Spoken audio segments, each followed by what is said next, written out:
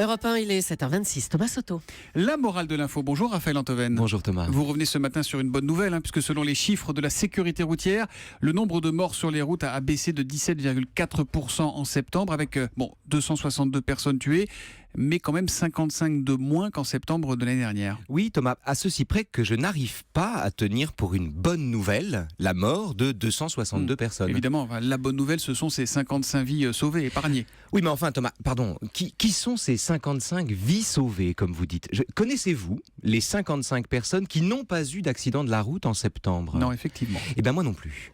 Ce sont des fantômes, ces vies sauvées, ces vies épargnées. En diminuant le nombre d'accidentés de la route, nous n'avons sauvé personne.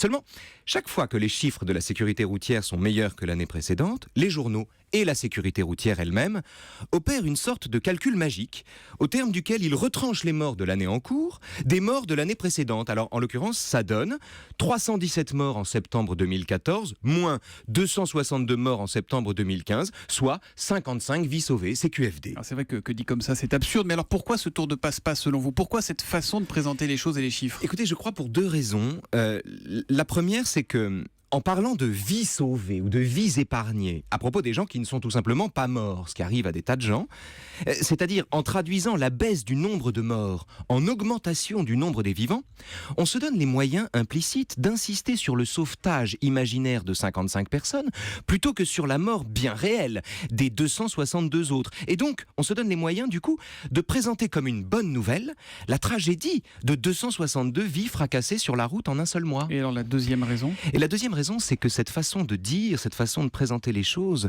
donne à la prudence au volant une puissance quasiment résurrectrice. Je ne sais pas si c'est français ça, mais enfin les auditeurs comprendront.